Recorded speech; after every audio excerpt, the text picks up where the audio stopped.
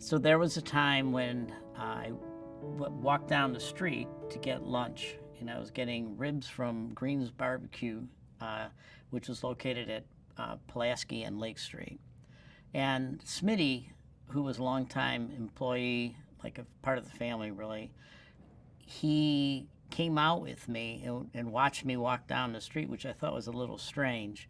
Later on, I find that Smitty always carried a gun with him.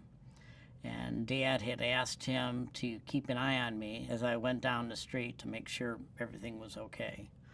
And Dad told me that a couple years later, and it really struck me that that was an indicator of that the neighborhood had changed. So back in the 60s, the neighborhood started transitioning.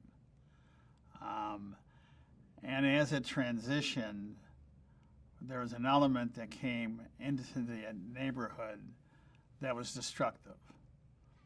They formed some gangs and so on that were detrimental to business, and they eventually destroyed Madison Avenue, who was the main shopping area in the neighborhood.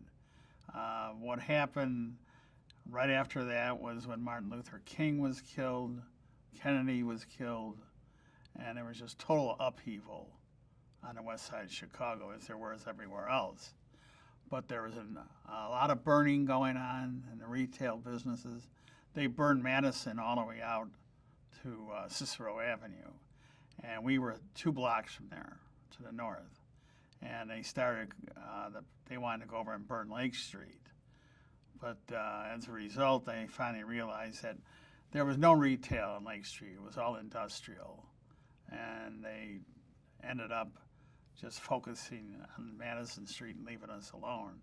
But at that point, they knew they had to do something, that the oil business was going down, neighborhood changing, and it was very hard for them to conceive leaving Lake Street. You know, they had a good building, it was paid for, and everybody lived in the neighborhood. But then everybody had to move, and then, then at that point, Harvey decided he wanted to move out east with his wife and start a control business out east. That's when I came in. And after about 6 months, you could just tell that things were going the wrong direction. So we had bars put on the windows. We had a foyer that was alarmed and you had to be buzzed in.